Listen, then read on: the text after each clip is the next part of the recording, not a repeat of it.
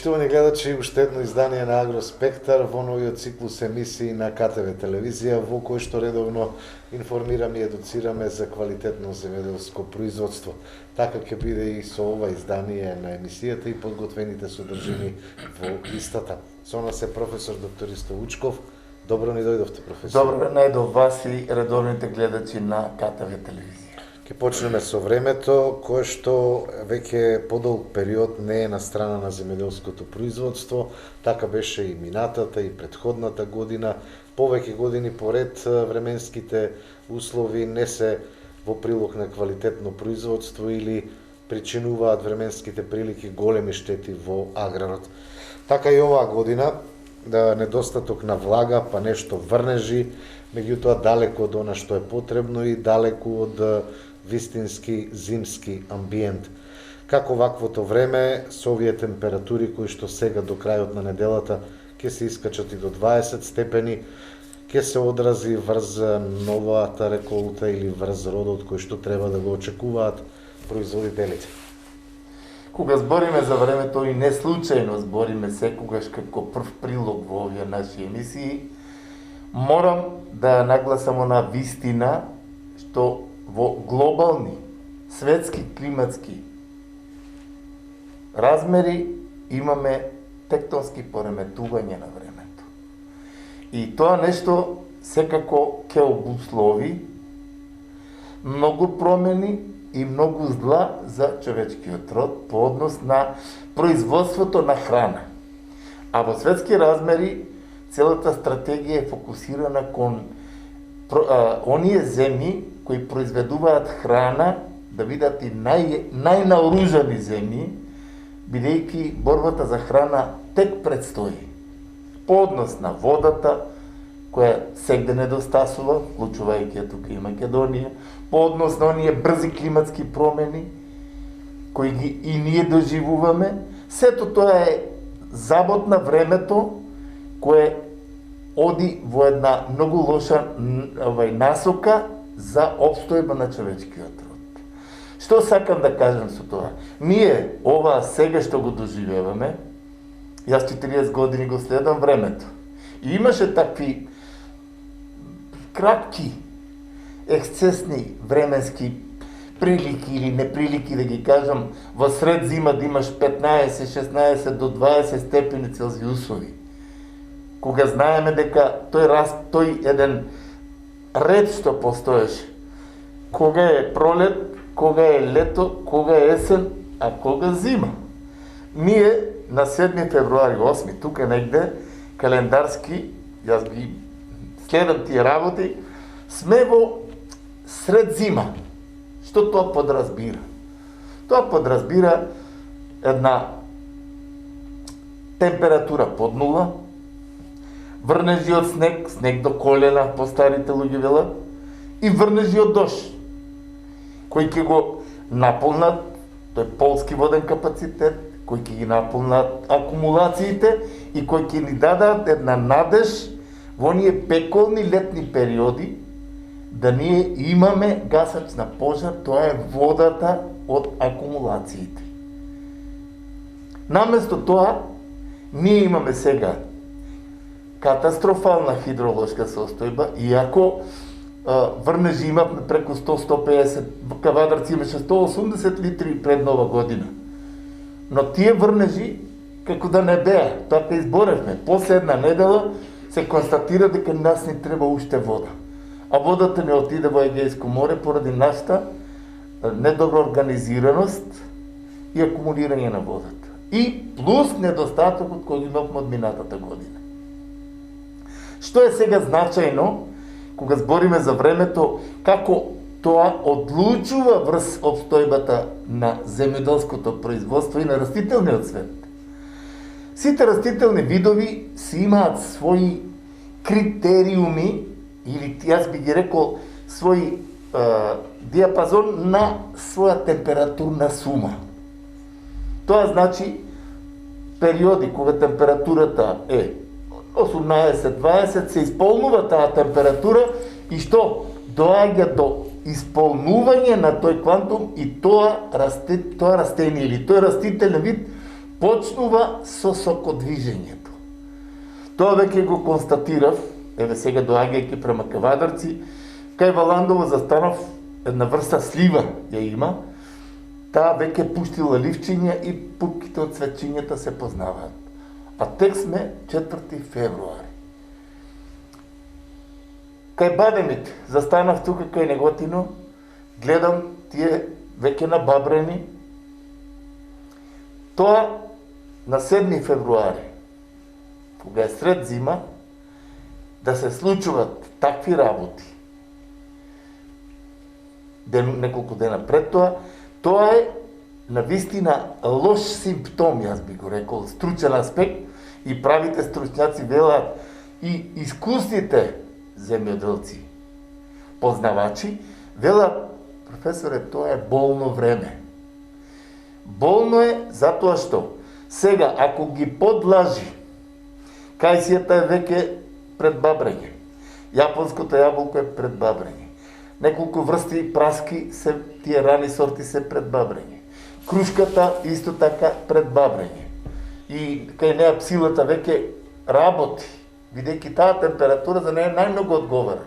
И с чим го обави првиот циклусен дел, таа после не може да ја сузбиеш. Има специфики каде што ствара отпорност и не можеш да ја сузбиеш. И затоа некои производители велат препаратот не го бива или тоа не го бива. Не следењето на циклусот и не одредување на правиот момент на третирање се важните сегменти за успех во заштита. Ако ги пропуштиме правите моменти на третирање, тука е крај. Кога сме кај времето, сакам да го заокружиме тоа со такво нешто, реков хидролошката состојба во лоша, бидејќи браните, акумулациите кои очекував од тие врнежи од дожд, кои ги најавуваа дека ќе имаме веќе еден добар пораст на браните, над тој технички минимум, тука тоа остана така.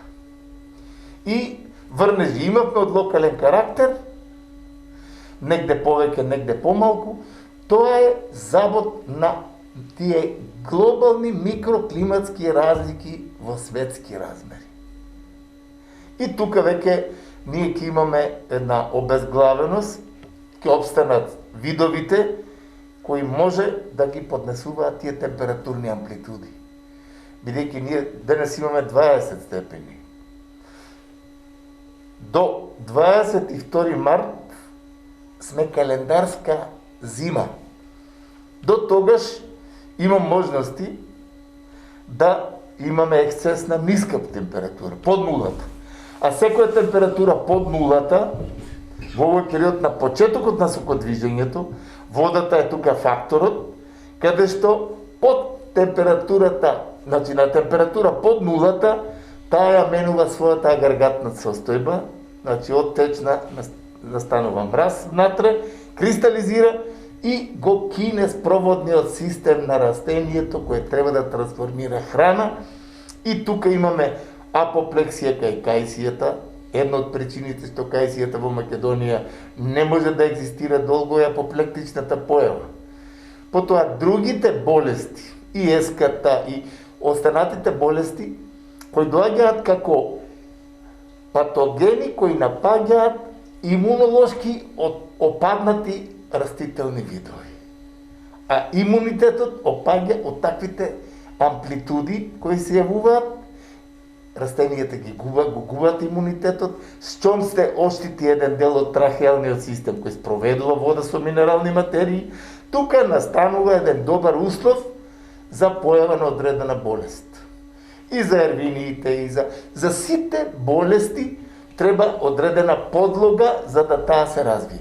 И тука веќе имаме еден навистина штетен, голем штетен дел, а тука позади се стои времето како чинител на тие појави. Споменавте дека временските прилики лошо можат да се одразат врз вошките. Каква е состојбата со лозарството? Дали ваквото време негативно влијае врз лозовите насади, меѓутоа на што треба да внимаваат и лозарите и овоштарите во овој период пред стартот на вегетацијата? Тоа е многу актуелно прашање и навремено. Ние хронолошки ако гледаме, бидејќи имаме континуитет од редовни емисии, минатата година во август имавме врнежи од дожд, каде што виновата лоза, овошните дрвца беа повторно вратени во актива од тој дожд и од тие температури. И влегоа во зимување неприпремени. Сега со кроењето што го прават лозарите и овоштарите, мора да се внимава на тоа што оставаат. Што е она што може да даде род. Незрелиот ластар со недиференцирани папки не може да даде род. За разлика од зрелиот ластар со диференцирани папки, каде што ќе има и нормално цветење. Тоа го зборевме ние од физиолошки аспект пред крајот на годината.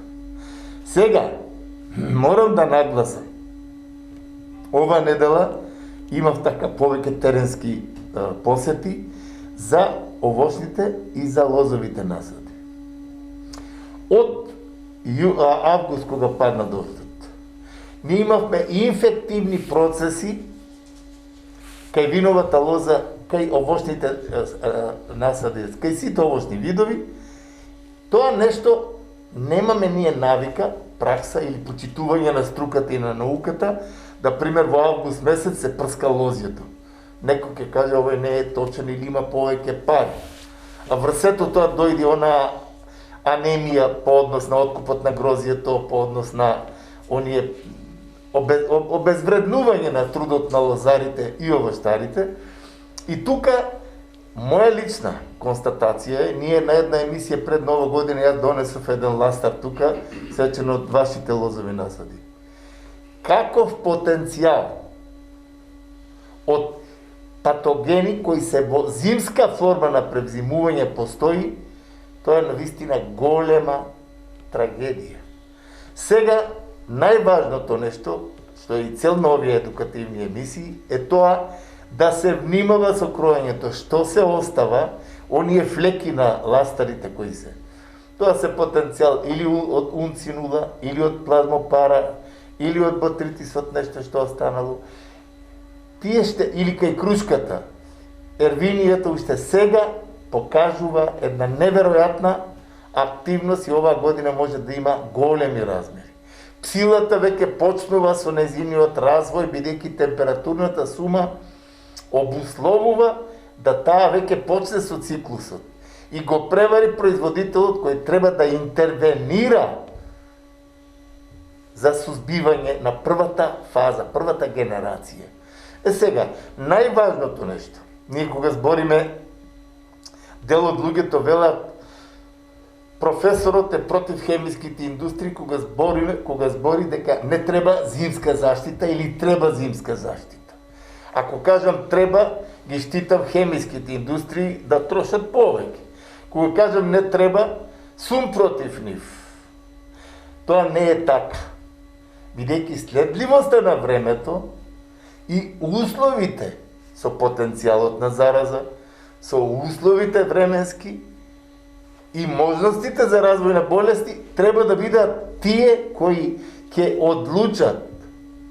Значи, ги доловува стручњакот и вели зимско прскање треба. И сега, ние, ако до 22 март имаме такво време, зимското прскањето прво, уште со почетокот на развојот на било кој овошен вид или винова лоза, треба да се санкционира потенцијалот што е од минатата година останат. Ние минатата година, Кавадаречко, Неготинскиот, Велешкиот, тој Струмичкиот, Гевгелискиот регион, со пепелницата, знаете зашто има проблеми. Затоа што пепелницата ги превари. Ние прскаме, кога почнуваме со прво прска, кога ластарот е тука 15-20 сантима, кога изфрлила ресите. А пепелницата превзими и беше голем потенцијал и таа веќе беше инкорпорирана во самиот ластар. И тука закасне со прскањето и немаше лозар кај што нема пепелница. Или на прсти се бројат што имаа некои појаки третмани од поранешни периоди од развојот на виновата лоза. Со еден збор, тука сега главната улога, што секогаш ја збориме во овие едукативни емисии, ја игра струката. Што тоа значи? Значи следливоста на временските услови, температурната сума, релативната влажност на воздухот, потенцијалот на зараза кој лабораториски се утврдува, ние доаѓаме до констатација дека тој период е потребен третман на виновата лоза, на овошните насади и другите култури. Што е тука важно? Еве сега праската, пример, 90% е веќе готова. За тафрината, тоа прскање што треба сега да се направи, Грција затоа има големи резултати со тафрина деформанс, со она гужвање на лисијата. Зимското прскање е клучно за сузбивање на тафрина деформанс. Ако го одредите правиот момент, врз основа на потенцијалот, што е останат од минатата година, со кројењето се внимавало и со прскањето не се оди како попот со босилјокот. Ти одат со 1500 до 2 тона раствор по хектар. Тоа е бањање. Зимските прскања не се формална работа. Тоа значи целосно опфат на растението. Плодните гранчиња, пупките да добијат, да абсорбираат дел од препаратот, бидејќи патогенот е во пупките, кои се развиват покасно ливчињата и тука се остварува инфекцијата на тафрината и на одредени штетни инсекти се кријат точно во таа зона. И затоа струката и науката, ние кога збориме дека се приоритетни и во интерес на производителот, тоа мора да се предпочита како реалност.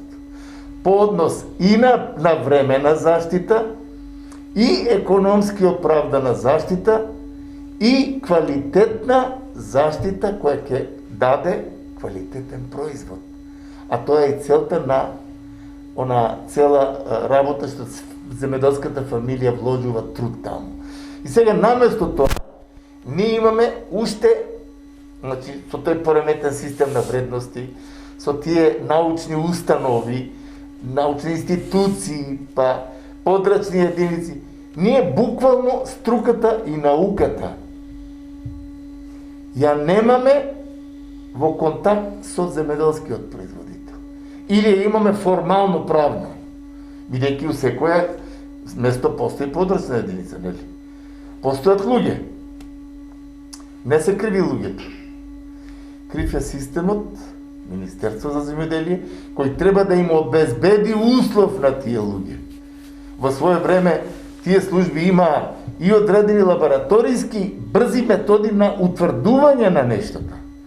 Јас кога работев во институтот, под Министерството давав секој месечни извештаи за појава на мароканскиот скакулец, за појава на лисната вочка, за појава на трипсот во градинарството и ред други работи, грилусот и така на. И ние ги следевме. Кога има каламитетна појава, на време се санкционира да нема размери на големи штети од нив. Тоа е сега мислена именка. Зашто?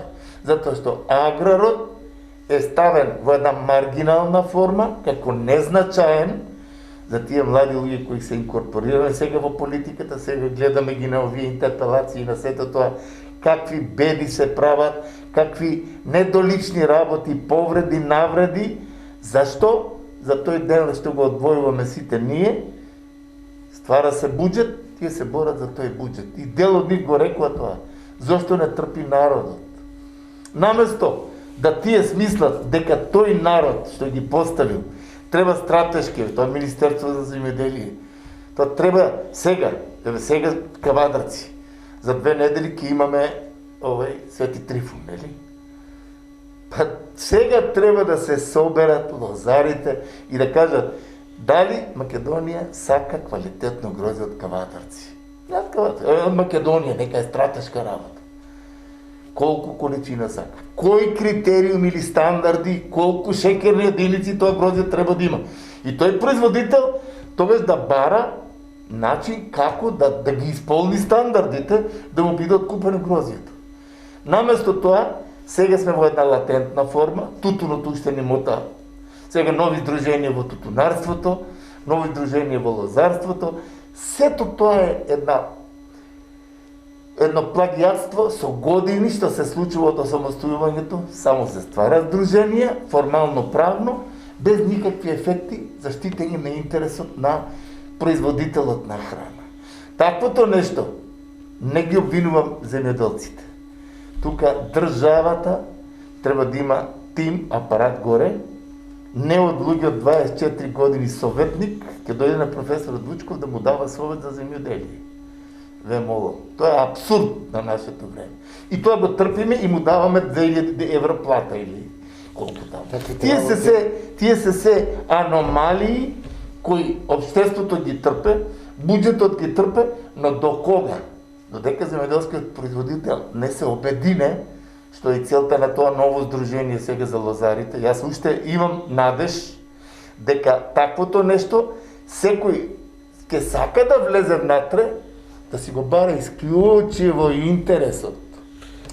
Дека ќе има квалитетно грозде, ќе му биде откупено и платено. А не 2 години да не му биде платено.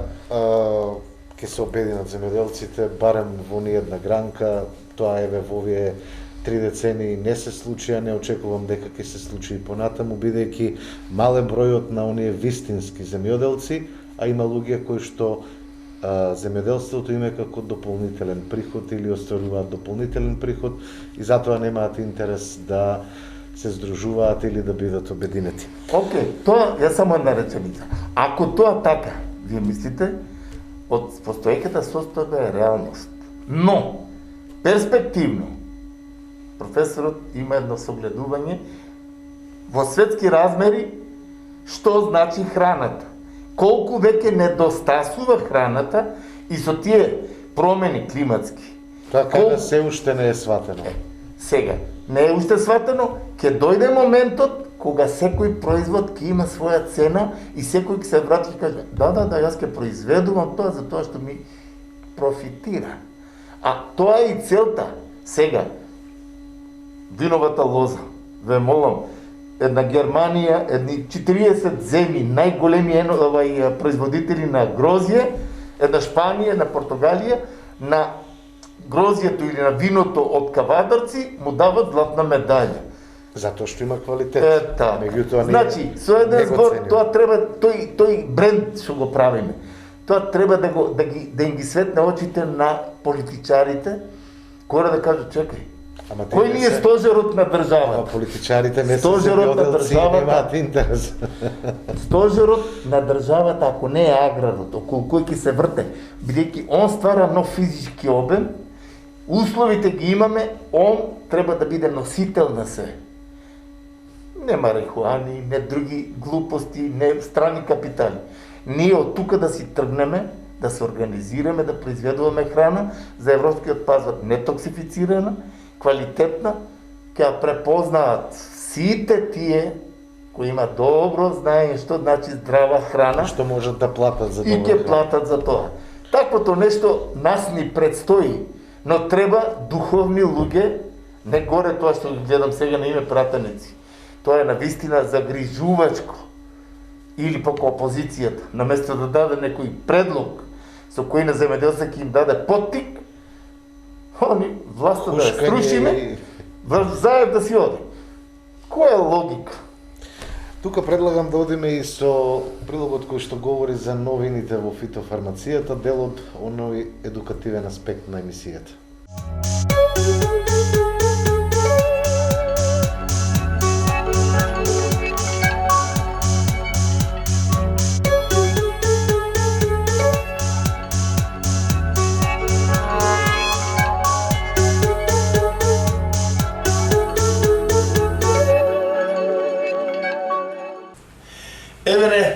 овие едукативни емисиите со една новост, која секако заслужува внимание за успешна заштита во земјоделското производство. Ние знаеме дека во тоа земјоделско производство пајакот е еден од чинителите кој навистина прави големи штети во општо во целото земјоделско производство. Дали тоа цвекарство, дали тоа овощарство, лозарство, градинарство и така натаму. И акарицидите беше карактеристично тоа, тие имаа секогаш многу голема каренца, бидејќи таа токсична творба тешко се разградуваше и имаше проблем за користење во тоа интензивно производство, каде што имаме повеќе берби и за подолг временски период тоа не може една краставица ако има пајак да таа каренца биде 25 дена, кога краставицата пример се бере на секој 2-3 дена. И за тоа нешто Хемомак веќе има новост која и те како класира како новост, а тоа е акрамајдот. Тоа е нов акарицид кој се употребува во кај сите земјоделски култури.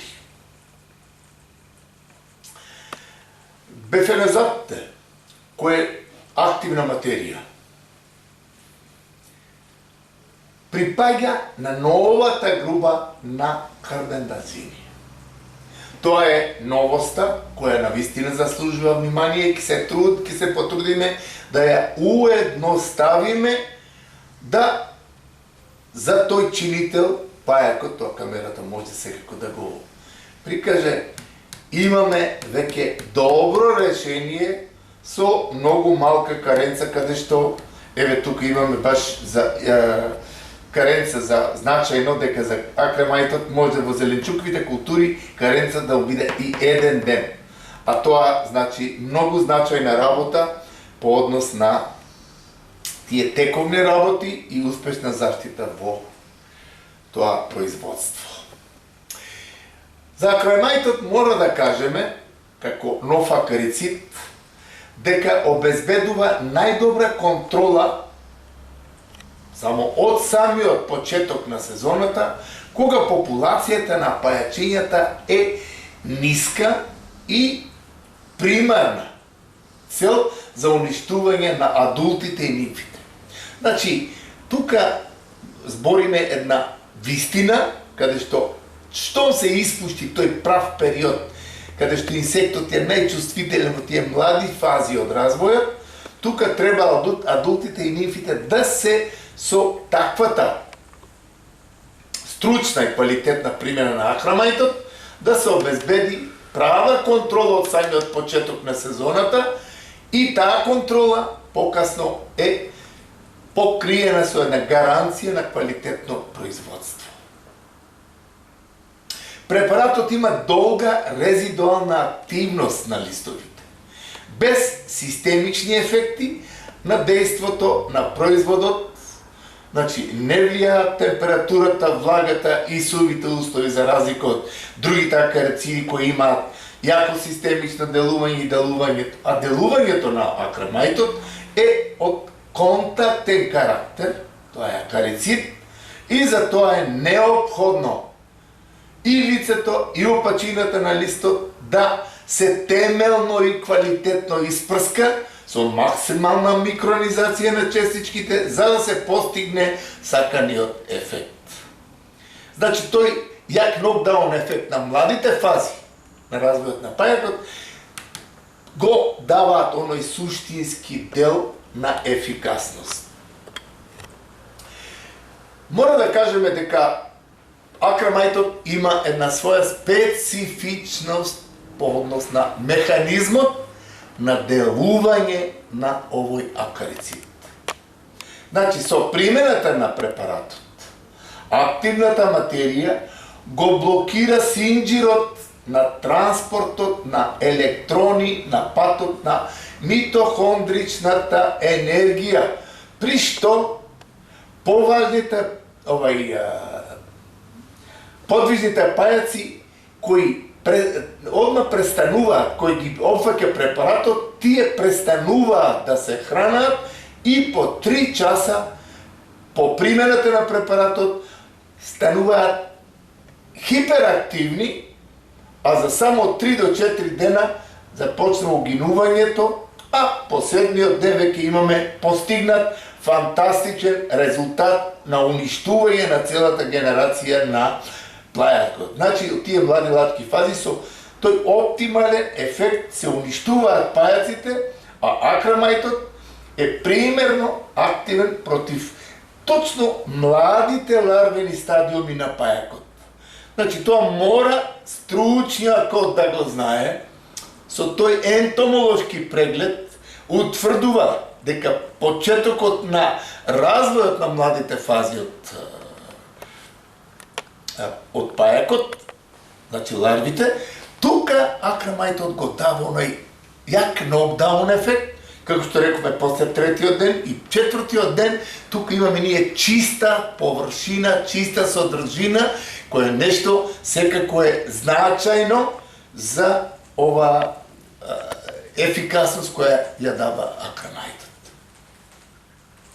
За сите препарати кога ние збориме, секогаш најважното нешто на која даваме посебен акцент е токсикологијата.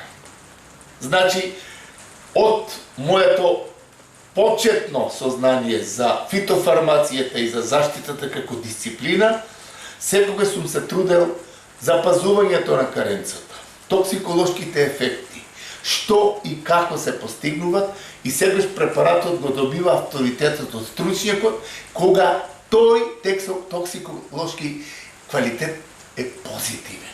Што ќе кажеме за токсикологијата за акрамајтот? Значи, токсикологијата е адекватно проучена и токсиколошките ефекти и потенцијалното влијание врз здравието на луѓето кои произлегуваат од употребата на производот е јасно разбрана. Значи, препаратот не е мутаген, не е канцероген и не е акумулативен, што е многу значајно за тие токсични форми кои кај голем дел препарати се точно кумулираат и ја даваат она активна материја и резидуи кои треба. И што е најзначајно по тие карактеристики, значи од Европска унија, авторитетот на акрамајтот е тоа што каренцата за зеленчуковите култури, јагодата и други интензивни култури, кај што ги ние имаме во Република Македонија, посебно градинарските култури, каренцата е само 1 ден. Тоа е многу значајна работа за мене лично како стручњак, бидејќи тој е буквално акрамајтот ќе му ја дадеме титулата како чистач од пајакот кој може да причини доста големи штети во сите одгледувани култури. Акрамајтот употребен во сите земјоделски одгледувани култури, посебно градинарството, каде што денес се прска, следниот или наредниот ден може слободно да се бере, значи тоа го утврдиле стручни лица. А на апликаторот е задача да тие работи ги спроведува стручно по налог на стручњакот. Да кажеме нешто што е најзначајно за секој производител, а и за овие едукативни емисии, за употребата на акрамајтот. Значи, за справување со резистентноста и со ефикасноста на делување на производот, потребно е да се секако, безусловно, прочита упатството кое го дава фабриката производител. Затоа што обврска е на секоја фабрика производител да даде конкретни упатства како тој препарат да се користи, во која концентрација, во која доза, со која микронизација на честици, под кој потенцијал на присуство на пајак имаме, тогаш под таквите упатства кои ги дава фабриката производител, тука нема ама баш никаква можност за промашување, затоа што мора да кажеме дека дел од тие земјоделски производители нестручно ќе го применат препаратот со незапазување на концентрацијата или дозата и ќе си земат за право да кажат јас прскав со акрамај, ама не добив резултати. А дали е тоа така во таа фенофаза, во таа младилачка фаза која зборив на предмалку, искористено и добро аплицирано средството, нема разлог да не даде резултати. Но таквото нешто да го анулираме, ние во овие едукативни емисии се го збориме. За секој од средството постои упатство. Освен упатството кој производителот треба да го прочита, а може дело тој да не го разбере, консултацијата со стручно лице за тоа во кој период треба да го примени препаратот. Дали е тој компатибилен со други средства? Дали оди и со која количина на раствор оди во која фенофаза од развојот на растението? Тоа се се стручни работи каде што производителот не треба да го штеди стручњакот, да го исконсултира и да го добие правиот принцип и начин на користење на средството. Затоа што крајната цел е тој од таквиот апликативен дел треба да има резултати. А резултат е успешно сузбиен пајакот кој причинува доста големи штети хранејќи се од сокот од растенијата. За зеленчуковите култури и јагодата во текот на една година потребно е максимално да имаме 2 третирања. Зошто го зборам тоа? Тоа се повраќам сега на она што предмалку го реков, стручњакот го следи циклусниот разбор на пајакот. Ако ние, како што рековме, одиме со оној прв ред што го секој обезбеден, значи најдобра контрола на почетокот од сезоната кога почнува оној прв почеток на појавата на адултите и нимфите, ние имаме сознание за колку време може евентуално, ако преживеало нешто, да створи нова генерација и тука се оди со 2 прскања и тука ние со пајакот го имаме решен проблемот, што е многу значајна работа кај секој одбредувана култура. Сега, за јаболката, крушата, виновата лоза, праската, сливата, нектарините, само едно третирање со добра следливост, пак ќе кажеме, во текот на вегетацијата се постигнува фрапантно добар резултат со примената на акрамајдот. И затоа тој ќе најде место во производството, бидејќи со правата стручна примена тој ќе го даде она за кое е вложено многу и од кое производителите ќе имаат крајно задоволство, бидејќи кога го исчистат пајакот од своите површини, тие имаат една сатисфакција на задоволство. Прскањето секогаш мора да биде со максимална микронизација на честичките и целосна покриеност на лицето и опачината на листот. Бидејќи рековме, мора акрамајтот да дојде во контакт со пајакот, со нимфата или со адултите.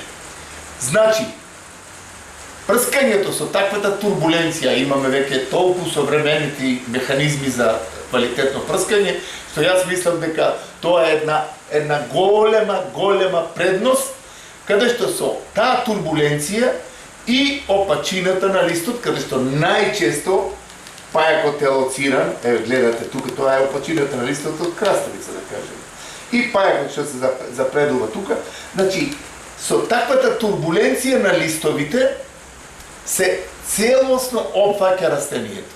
И секој адулт, секоја нимфа, секој има, се што е опфатено од пајакот, што е и цел на прскањето, затоа збориме максимална микронизација на честичките, тука ние имаме фрапантно добар резултат и редуциран број на прскања против пајакот. Ние знаеме против пајакот во свое време, дали беше тоа Ресен, дали беше тоа било која друг регион, има употреби на најтешките акарициди кои има голема каренца и каде што имаше голем проблем со резидуи, со можно незапазување на каренцата и така натаму. Значи акромајтот, кога се збори градинарската култура, денес прска со акромајт, други ден береш. Тоа е нешто веќе кое е совршено и кое ќе најде место во тоа наше производство. Употребата на оваа средство е во доза од 1 до 1,5 хектар, 1,5 литар по хектар, и тука мора да напоменеме и да потенцираме, зависно од фенофазата на развојот на растението, мора да се оди со, пример за овощарството, со 1000 до 1200 па и 1500 литри по хектар, бидејќи се работи за долгогодишни големи насади, кои имаат доста лисна маса во тој период, и 1500 литри по хектар е сосема доволна количина за да се направи тој опфат со микронизација на честиците за кои зборавме пред малку. Тука точниот одмер на средството, мешањето на средството, компатибилноста на средството мора да биде верифицирано од стручњакот, предадена на апликаторот и да тој тоа го направи така стручно како што ќе добие налог. Тоа го збориме од причина голем дел од производители, ајде да ги кажеме надри заштитари, мислат дека знаат се, па некогаш немање на компатибилност на средствата, тој стави 2-3 инсектицида и се случува да има голем губиток.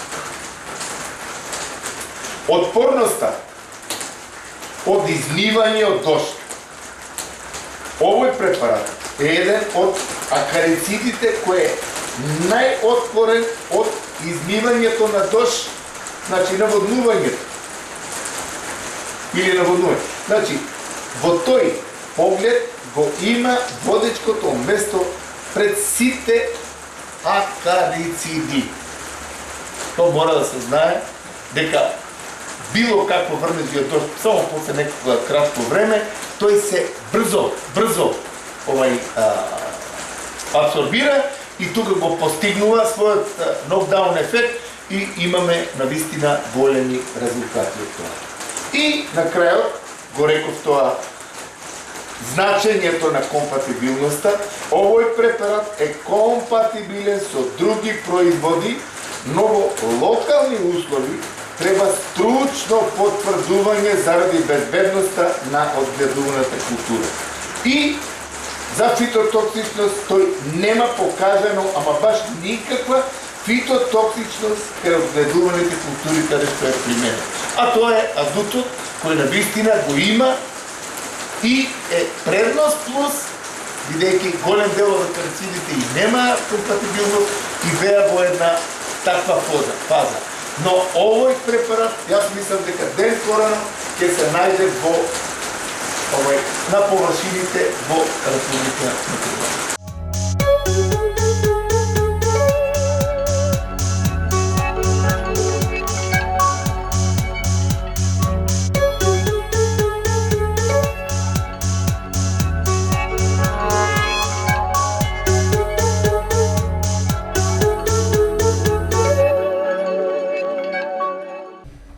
Емисија понудивме новини кои што доаѓаат од фитофармацијата, кои што треба да го олеснат производството или да подобрат во делот на заштитата на земјоделските производи.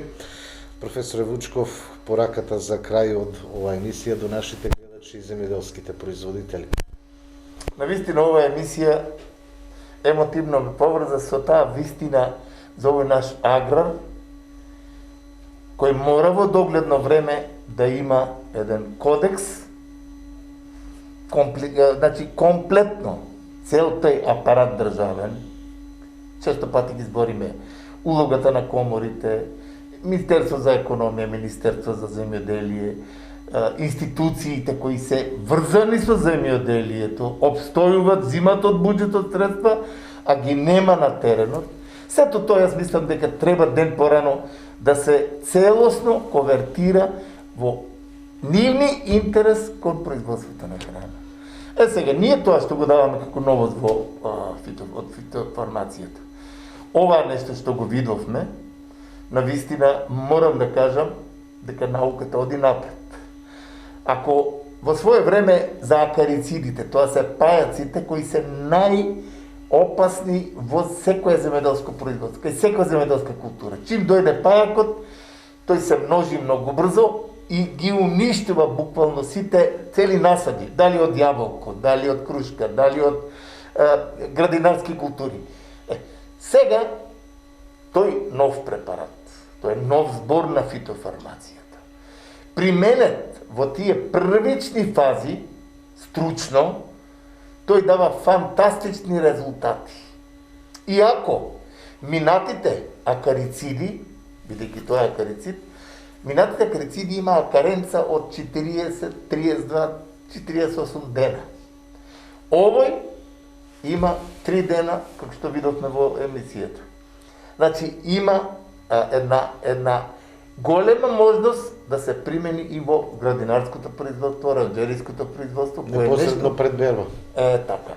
Значи, со еден збор светот оди напред, а ние треба да го следиме. А следливоста води кон тоа да имаме квалитетно и нетоксифицирано производство кој ќе одговара и за нашиот и за европскиот пазар. Ви благодарам.